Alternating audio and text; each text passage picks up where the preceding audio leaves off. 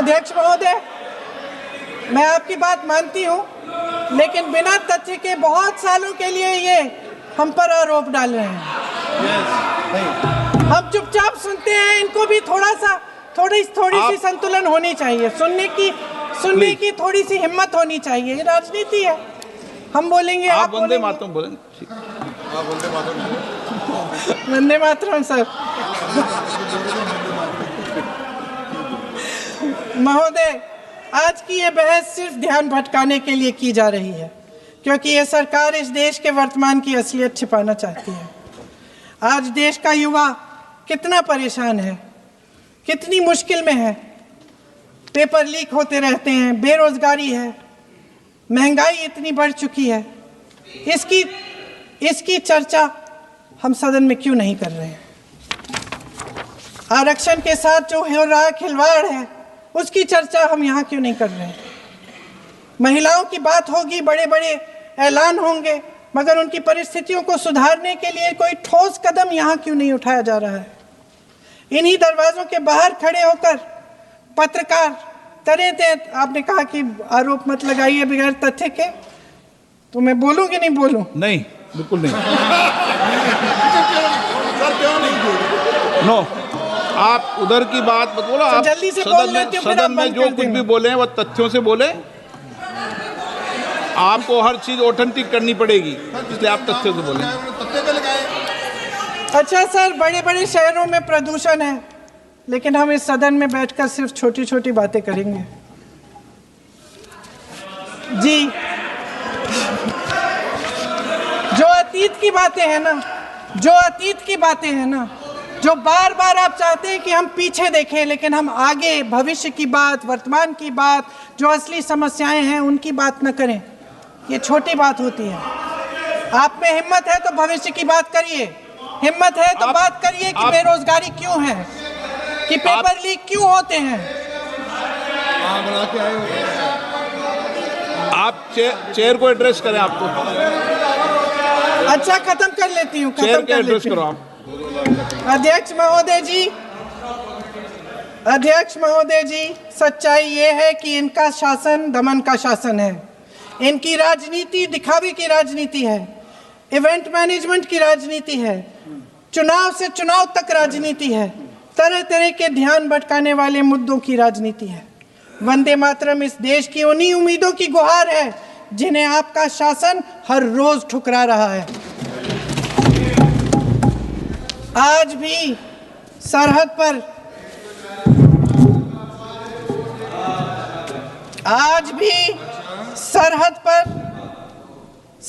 पर जवान जब दुश्मन का सामना करता है तो उसकी छाती में वंदे मातरम गूंजता है। आज भी जब हमारा खिलाड़ी अंतर्राष्ट्रीय खेलों में जाता है तो उसके दिल की धड़कन में वंदे मातरम होता है। आज भी इस देश के करोड़ों देशवासी जब अपने राष्ट्र ध्वज को फहराते हुए देखते हैं तो उनकी जबान पर वंदे मातरम, वंदे मातरम, वंदे मातरम आता है। कांग्रेस के हर एक अधिवेशन में 1905 से लेकर आज तक सामूहिक तौर पर वंदे मातरम गाया जाता है। आपके अधिवेशनों में गाया जाता है कि नहीं, ये बताइए।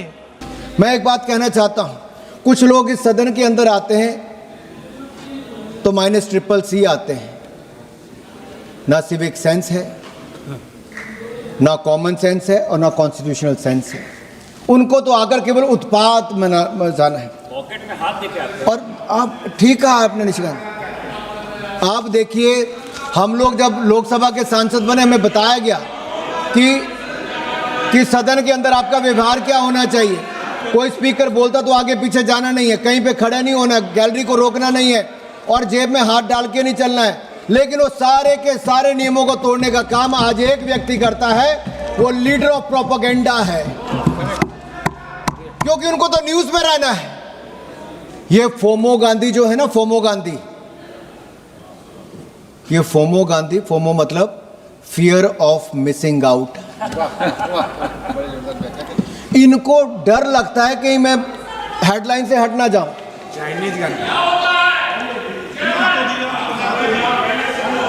आपको दिक्कत है फोमो से? इस पे कोई डाउट है? जब सदन चलता है तब बोलते नहीं, बाहर जाके कुछ भी बोलते हैं। इतना जरूर कहूंगा सर, ये सदन रूल बुक से चलेगा, सोरोस की टूल किट से नहीं चलेगा। ये जो बाहर से विदेशों से इनको लिख कर आता है कि उसकी टूल किट, वैसा नहीं चलेगा। माननीय प्रधानमंत्री जी ने 4-5 दिन पहले कहा कि ओम बिरला जी के विषय में बताते हैं प्रधानमंत्री जी कि अहंकारी और उत्पाती छात्रों को ठीक करना ओम बिरला जी को आता है। और ये अहंकारी उत्पाती छात्र कौन है? एक बड़े घराने से आने वाले छात्र ने खुद तो पिटीशन पे साइन नहीं किया। मैं आपसे पूछता हूं कि उन्होंने पिटीशन पे साइन किया क्या? उत्पाती छात्र ने नहीं किया। उनके दूसरे ने किया, उन्होंने भी नहीं किया, लेकिन आपको आगे कर दिया। और दूसरा पिटीशन पर साल तारीख सब कुछ गलत लिखते गए। और सर यही नहीं, वो कहते हैं इन्हें प्रिंसिपल नापसंद है क्योंकि प्रिंसिपल स्कूल में पढ़ाई चाहता है। ये कहते हैं प्रिंसिपल कर्तव्य के प्रति ईमानदार है क्योंकि प्रिंसिपल को अनुशासन पसंद है। प्रिंसिपल रूल बुक के हिसाब से स्कूल को चलाना चाहता है। प्रिंसिपल इन अहंकारियों उत्पातियों के सामने झुकता नहीं क्योंकि प्रिंसिपल ने कह दिया है कि स्कूल को मर्यादा से चलाऊंगा, परंपरा से चलाऊंगा, इन बड़े घर वालों के आगे झुकूंगा नहीं, रूल बुक से ही इसको चलाऊंगा। तो सुन लीजिए, आप में से किसी को अगर प्रिंसिपल पसंद नहीं तो आप स्कूल बदल सकते हैं क्योंकि प्रिंसिपल तो ओम बिरला जी ही रहने वाले हैं। और ये तो उत्पाती छात्र को उस समय ठीक कर दिया होता जब ये इनकी अपनी सरकार थी, तो उस समय के प्रधानमंत्री के हाथ से जिस तरह से ऑर्डिनेंस छीनकर भरे चौराहे पर अपनी सरकार के ऑर्डिनेंस को फाड़कर मनमोहन सिंह पर फेंक दिया था, तो शायद उस समय अकल आ गई होती। लेकिन इनका इतिहास ही ऐसा है सर। इतिहास पर मैं क्या जाऊं। अगर आप देखिए 1960 में राष्ट्रपति भाषण पर अगर 2 लोगों ने बीच में खड़े होकर बोल भी दिया तो उनको निकाल ही दिया, उनकी सदस्यता खत्म कर दी कांग्रेस पार्टी ने। 1966 में मनीराम बागड़ी को किसानों के मुद्दे को उठाने के लिए आपने सस्पेंड करवा दिया। 1975 में सुब्रमण्य स्वामी जी भेष बदलकर, क्योंकि किस तरह का समय था, बदलकर आए तो उनको गिरफ्तार करके ले गए, उनको भी भागना पड़ा, अपनी जान कैसे बचानी पड़ी। यही नहीं, पार्था सारथी जी को अखबार से पता चला कि अब वो फॉरेन सेक्रेटरी नहीं रहे, ये इनकी सरकार थी। और जय बेंगाल राव जी को, जो मुख्यमंत्री थे, उनको क्या हुआ? जब वो प्रधानमंत्री जी को रिसीव करने गए तब जाके एयरपोर्ट पे पता चला कि वो तो मुख्यमंत्री नहीं रहे। यही नहीं, LK झा जब प्रधानमंत्री के साथ विदेश यात्रा पर गए तब विदेश जाके पता चला कि वो अब प्रिंसिपल सेक्रेटरी नहीं रहे और उनको वापस आने के भी लाले पड़ गए। इस तरह से आपकी सरकारें चलती थी, बंद कमरे में आप लोग निर्णय करते थे। और यही नहीं साथ, एक के बाद अगर आपके पुराने इतिहास पर नजर मारी जाए तो लोकतंत्र को आप बचाने की बात करते हो। अगर लोकतंत्र का गला घोटने का काम सबसे पहले किसी ने किया तो अभी तो संविधान बने को 1.5 साल भी नहीं हुआ था। 1951 में पहला संशोधन पंडित नेहरू लेकर आए और उसमें मीडिया का गला घोटने का काम, फ्रीडम ऑफ प्रेस को बदलने का काम किया तो पंडित जवाहरलाल नेहरू ने किया। उसके बाद उनकी पुत्री ने, श्रीमती इंदिरा गांधी जी ने एक नहीं अनेकों संशोधन कर डाले। 42वें संशोधन में तो इतने संशोधन कर दिए कि हिंदुस्तान का कॉन्स्टिट्यूशन नहीं, वो कॉन्स्टिट्यूशन ऑफ इंदिरा बन के रह गया। आपने प्राइम मिनिस्टर, स्पीकर, इनके खिलाफ जुडिशियल स्क्रूटनी को खत्म करवा दिया। आपने तो लोकतंत्र के गले को घोटने का काम किया। 5 साल की टर्म को 6 साल का कर दिया। 1 लाख से ज्यादा प्रतिपक्ष के नेताओं को, विपक्ष के नेताओं को जेल में डाल दिया गया, नसबंदी करवा दी गई, मीसा लगा दिया गया।